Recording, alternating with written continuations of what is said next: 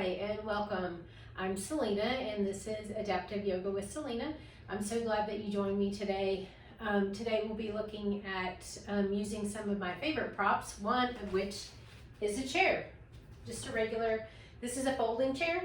It can be any kind of chair, dining room chair, an office chair, but chair makes a great prop. Along with that would mean that we're doing chair yoga. So chair yoga is great for those people that have some limitations, that can't get up and down on the floor, but it's also great for those of you that maybe it's not convenient to get on the floor, or you just don't want to get on the floor. Maybe you're working at a desk, or you've been sitting down for a long time and you just want to push away from the desk, or move out into the middle of the room where you have a little bit of extra space and practice a little bit of yoga. It's amazing how much better we feel after even just a little bit of movement. So chair yoga has the same components that a standard yoga practice would have. We move the spine, we move the joints, we're breathing, and so even just a little bit of that is going to make you feel so much better. So grab a chair and let's get started. One thing that you may, or a couple of things that you may want in your chair yoga experience. This is a TheraBand, so it's just a stretchy band. If you don't have one, that's okay. The other thing that you could also utilize is just your regular standard yoga strap. It doesn't have to be a yoga strap. It can be a belt, a tie, a sash, really anything that would just allow you to extend your arms without having to round your back. So when we get to that point, I will let you know that you can grab that. So to begin your yoga practice on a chair, we want to sit up nice and tall. So the shoulders and your posture are something we really want to pay attention when we're doing seated yoga. Our typical sitting position is going to be something that looks a lot like this. We're rounding the shoulders forward. We don't have enough room for your breath. This is not a great position for the human body to be in. It will overstretch your lumbar, the muscles of your lumbar spine, and then underutilize your shoulders and your chest. Plus, it reduces the space around your heart and your lungs. It also reduces the space in your abdominal area, so your abdominal organs can't function as well, your vital organs in your chest can't function as well. So we want to sit up nice and tall. So when we begin our yoga practice, instead of sitting back on the back of the chair, we want to sit up nice and tall and scooch a little bit forward. So just doing that is going to improve your posture. And then as you roll your shoulders back and down, that is a different position for the body to be in versus this rounded position. So rolling the shoulders up, back and down, even if it's just that is your yoga practice. Rolling the shoulders up, back and down gets this space back around the heart, around the chest, in the lungs, and it will help to revitalize all of this area, bring a little bit more circulation to the heart, through the collarbones, through the upper and mid back. Good. So we can start there, a few shoulder rolls, and then just tune in once again to how you're sitting. Sitting up with a neutral spine versus expanding your chest forward, because that's not neutral, plus it doesn't feel very good. We're sitting up tall, just like if you were standing, shoulders over your hips. So from that position, shoulders back and down. Take a couple of nice big breaths. Notice how the chest can expand, the belly can expand, and we can really start to get more oxygen in the body. And really, more importantly, we're getting more carbon dioxide out of the body. That's a very important part of the process. We have to breathe out before we can breathe in. Good. So with the shoulders back and down, we want to try to leave them back and down as much as possible, because we're so in tuned to bringing them forward, right? So we want to try to keep the shoulders fairly stable. And the way we're going to do that is really just turning of the palms. If you turn the palms out, we're more likely to be able to keep the shoulders down. If we let the shoulders stay in as you bring the arms up, the shoulders are likely to come with. Right? So turn the palms out, let the shoulders stay down. On an inhale, bring the arms out and up. just as far as it feels comfortable, and then out and down. So we turn the palms to face down. We're going to turn the palms in the direction of the movement. So inhale, arms come out and up. Exhale, arms out and down. Good. So this utilizes the capacity of the lungs a little bit more fully. Allow the inhale to really expand, and then let that exhale contract. So we contract basically from the chest down towards the belly, and as the arms come down, the belly pulls in. Good. So one more like that. Out and up on an inhale, and out and down on an exhale. Perfect. And then a couple more shoulder rolls. Just let the shoulders draw up towards the ears and back and down. Just feel how those upper back muscles help in that motion. Very good. So now we're going to move the spine. So the easiest thing really is to just pay attention to how your breath is moving and how your body's moving. So I'm just going to turn to the side so you can see. If you hold on to the fronts of the knees, is going to help this process just a little bit. So on an inhale, I'm going to draw back on the knees, pull the shoulders back, and let the chest move forward. You can even let your gaze tip up. And then as you exhale, round the spine. So we're pulling in through the heart, letting the shoulders go forward, and even tucking the chin. And inhale forward with the chest, back of the shoulders, lift the gaze. And then on an exhale, pull the heart in, round the shoulders forward, and tuck the chin. And then one more like that. Inhale forward, exhale back, and then inhale back to neutral. So we move the spine in all directions in a yoga practice. So we went front to back, right? We typically call this cat and cow. We also want to move it side to side and then twist. So when you're in a chair, if your chair has arms, you can use them, or you can just use the side of the chair. So inhale, stretch one arm up and hold onto the chair with the other arm. Stretch up on an inhale, and then we bend to the side. So contract your side body on one side, so the side body on the other side can be elongated. And then back through center. Inhale, stretch one arm up. Exhale as you side bend, contract through the side waist. And then back through center and release. Good. Inhale up with the arm, exhale over. And then inhale and exhale. Last time here. Inhale up, exhale over. Inhale up and exhale, release. So the other two movements of the spine, so we consider 6 movements of the spine. Front to back, side to side, and the last 2 are twisting right and left.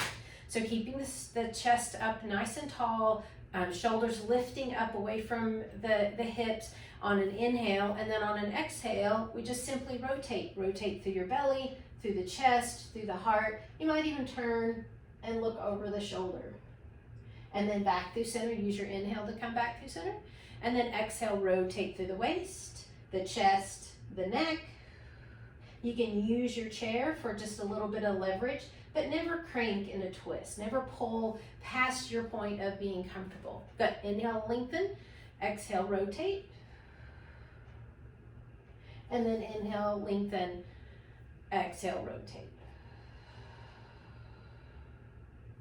And back through center. That might be your yoga practice today. If you do that several times during the day, especially if you tend to have to sit a lot, if you do that once in a while throughout the day, you're going to have more energy, more vitality, you'll have more breath in the body, more available oxygen, and just that will help things tremendously. But moving on from there, if you want to stretch the shoulders a little bit more, you can use, again, the strap or the stretchy band.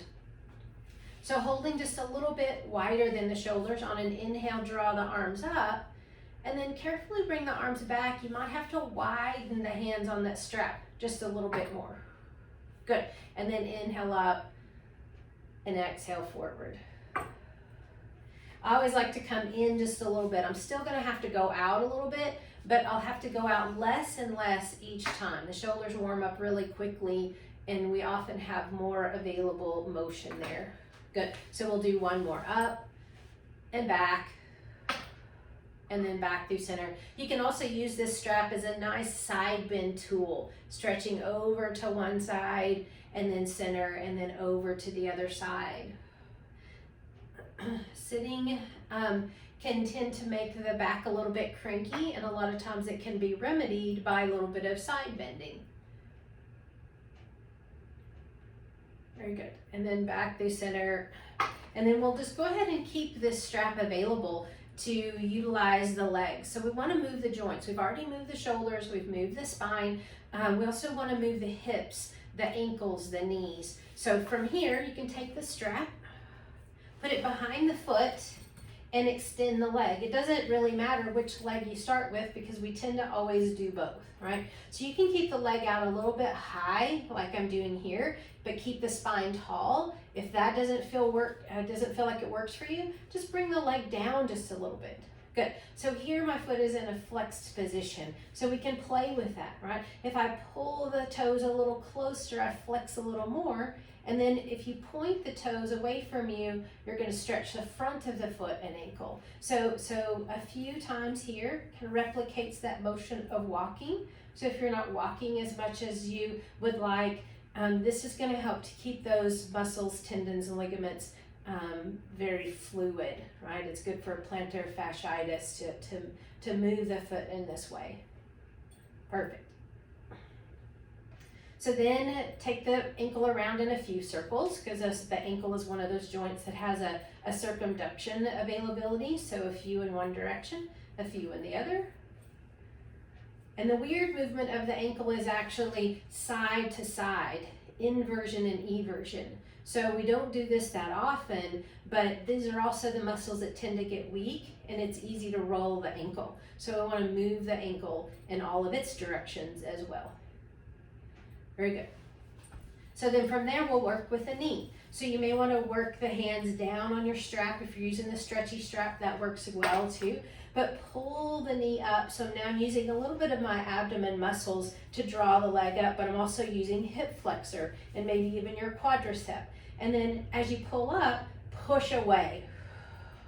Good. So use your breath. Inhale, draw up. Exhale, push away.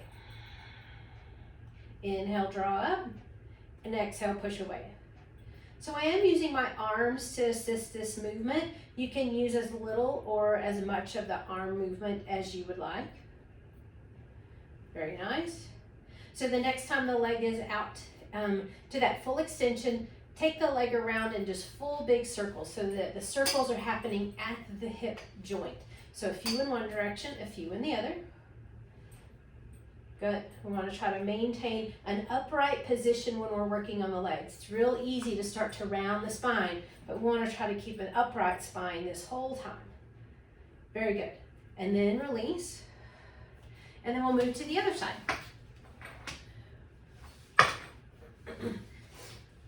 So again, sitting up nice and tall, move the foot and ankle. You can point and flex. You can use as much assistance as you need. If the foot doesn't move as good as you'd like, you can give it a little assistance by drawing. Here I'm just kind of letting my arms keep tension on the strap. Good. And some circles. You may notice one foot circles a little bit better than the other. We're not wired the same from either side, so I think it's very interesting as we start to notice how different one side can be from the other. Good. And then that inversion and eversion, that side motion of the ankle. Excellent. Then some movement in the knee, the hip, hip flexor, core. We're starting to bring in more big muscles. So pull the leg in and then push the leg away. Pull in, push away. Inhale as you pull in, exhale as you push away. Inhale and exhale, and inhale and exhale. Good. With that full extension, take some hip circles, right? So the whole leg circles, but the action is happening in that hip joint itself. Good. And anytime we circle, we want to circle in one direction and then circle in the other direction. All right. Fabulous. So then you can set that strap aside. Coming back towards center, notice how you feel hips, spine, shoulders. We've got a little bit more blood flow, a little more circulation. You may start to feel like you're warming up because that's the byproduct of using your muscles. We start to warm up, right? So then interlace the fingers and reach towards the knee. And as you're just kind of leaning back. So as I lean forward, take hold of the knee, and then as I pick it up, I'm not necessarily picking it up so much as leaning back, right? So I'm kind of hinging right there on the sits bones. Good. So once you pick up that knee, again, take it around maybe a circle or two in one direction, a circle or two in the other direction, and then the other side, right? You want to keep that blood flow going. Good. So we're going to combine movements here, upper body and lower body, for a little seated sun salute, right? So remember the shoulder action that we did earlier, how you turned the palms out, inhale, reach the arms up. As you exhale, this time we're going to bring the arms forward, interlace the fingers, take hold of the knee, and then lean back. Lift that leg up, and then release. Good, we'll switch to the other side. Inhale, arms out and up. Exhale, fold forward. Inhale, lift the leg up, and exhale, place it back down. Great, inhale, arms out and up. You can look up, get some movement in the spine. Lean forward on an exhale. Inhale, pick up. Exhale, replace. Inhale, reach up. Exhale, forward. Inhale, up. And exhale, down. Great. One more time. You can do several of these if you like. You'll start to feel more warmth, more energy circulating around because we're using more body parts. Very good. And you can do a lot of them. They're great. They're very easy to do. You can stop this video and do a few more if you like. It's a great way to just energize the whole body. All right, so now we've moved most everything as far as arms and legs go. So we're going to finish out with a little bit of stretching, okay? So you can take the knees or the feet out a little bit wider. Remember, we still want to keep the spine tall, right? So especially as we fold, we don't want to round here in the lower back. We want to keep the spine nice and tall. Feet are a little bit apart. You can use your arms for support and start to hinge forward. So it's like you're trying to lead with your heart to come forward. You'll start to feel a little stretch down through the sides of the back, maybe in through the hamstrings. So you can go as far forward as you like. You may have something out in front of you to give you some support. You can also build up support here in front and just hold on. Good. So a little forward bend. And then coming back upright, take the hands behind you and drop the hands, lift the chest. So a little bit more of a back bend. So we're opening up the heart, taking the collarbones. It feels like they're wider and the shoulders are back and down. Very good. And then another twist.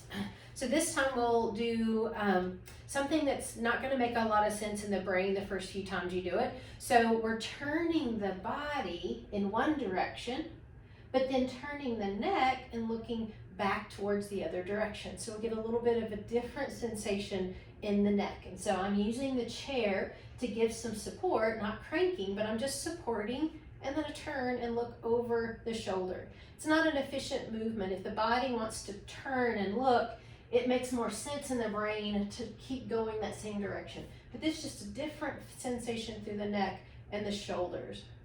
Very good. And come back through center. And then turning the body towards the other direction. Again, I'm using the support of my leg, the support of the chair, and then turning and looking back over the other shoulder. Keep your breath. Twisting tends to make it seem like there's not as much room available, but there's always room for breath. If you're not breathing, you're probably a little too deep. Fantastic. And then come back through center. Again, roll the shoulders up, back, and down. Very good. That may be enough for you today. We've already moved all the body parts. There are some other ways that we can utilize this chair to do some yoga postures that we might be more familiar with from standing, right? So as you turn to one side, The leg that's in front, we're just gonna drop it down and you can start to stretch this hip flexor. This is one of those places that gets really tight as we sit. So as you drop that knee down, so I'm having to kind of sit towards the front end of my chair, but I'm also continuing to hold on to give myself some support. So dropping the knee towards the floor helps to stretch this hip flexor, right? So this starts to look a lot like a warrior one, right? So in a warrior one pose, we use the arms as well. So if it feels safe enough to do so, you can reach the arms forward. I want to try to keep the shoulders back, but you can also reach the arms up. At this point, it's not as much of a back bend, so this may be your warrior one. You could increase the back bend. I'm not leaning back, you see. I'm stretching up first and then going back. So I create more of a back bend, more stretch for the front. So that's underutilized place when we're sitting. Stretching the front, stretching the hip flexor, stretching into the quadricep. Fantastic. And then come down. We'll make our way to the other side. Good. So dropping the knee towards the floor as much as it feels comfortable. It may be that this is where you are, or this is where you are, or this is where you are. So modify it to work for your body. Good. So from here, I want to feel stable before I let go of the arms. So the majority of my weight is on this leg here. So it's not out on this leg because I don't want to fall out of the chair. Good. So shoulders back and down so the collarbones feel wide. And then if it feels appropriate to you, stretch the arms up. If you have a shoulder injury, you can always just keep your arms close in. Maybe you just reach with your elbows instead of the whole arm. Stretch up, lengthen up, and then a little bit more action. So I'm stretching the front as I work the back. Good. Continue to breathe. That's the most important thing. Fantastic. And then bring it down. Very good. Warrior one, typically the direction is in one way, right? The hips and the shoulders and the arms are all going in one direction. In warrior two, we're going in two different directions. So we can use this chair for our warrior two. So now I'm going this way, not this way, okay? So here, one leg is extending out towards this way, so my kneecap is actually pointing towards this direction. It could point a little bit more of at an angle, but ideally that's what we're trying to do. We're trying to get the legs to go in two different directions. So this knee is bent, this back leg is a little more straight.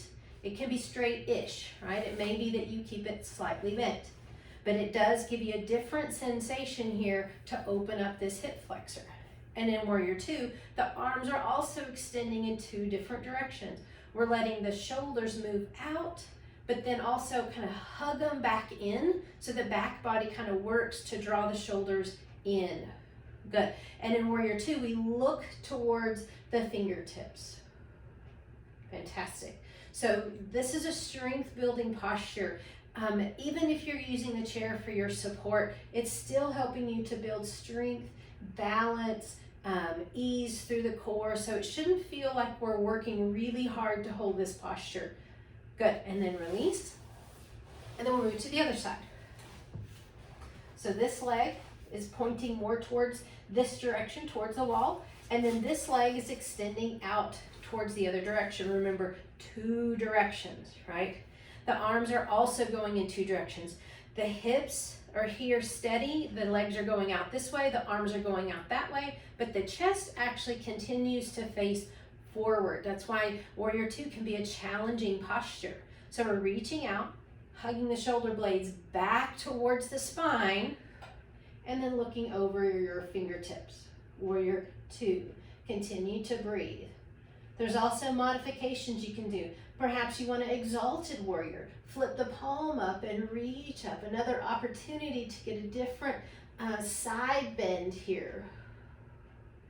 Very good. We didn't do that on the other side, but it's always available if that's something that works for you.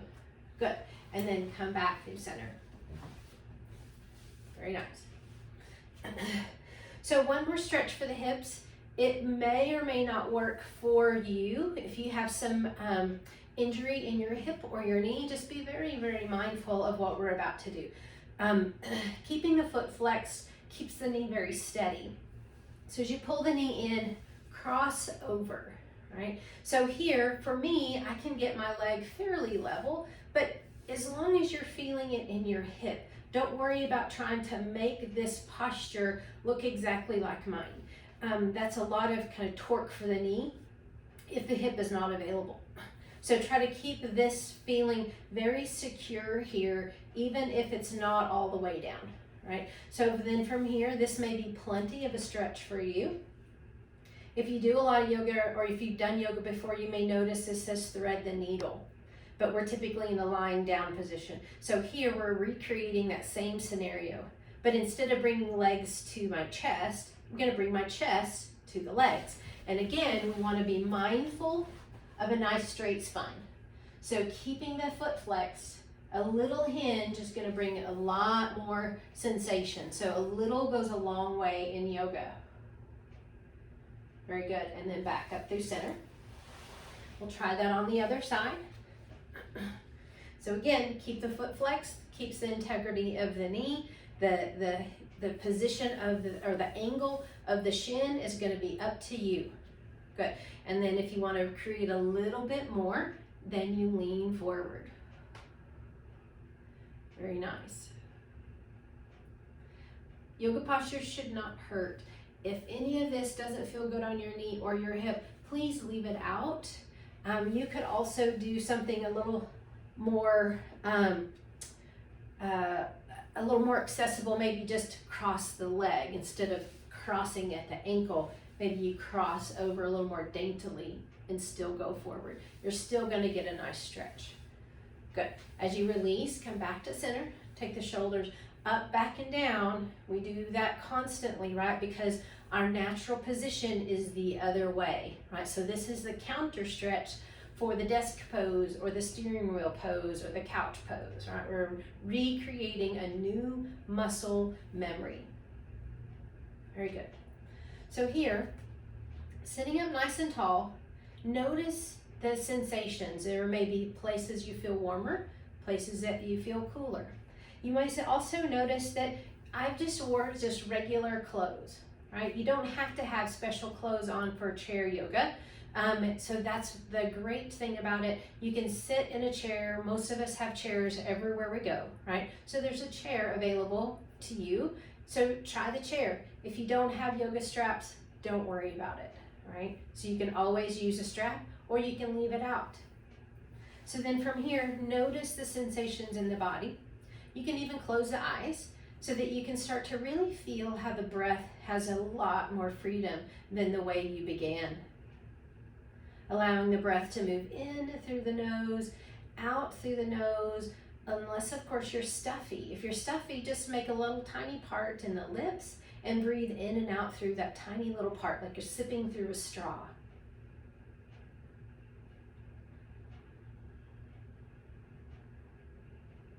Notice if you can start to breathe to the count of 4. So you're going to breathe in to the count of 4 and out to the count of 4.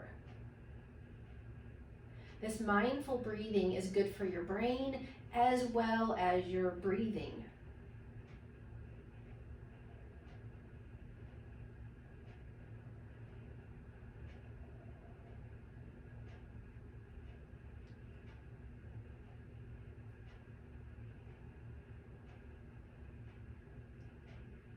And then after you breathe out to the count of 4, let the eyes open.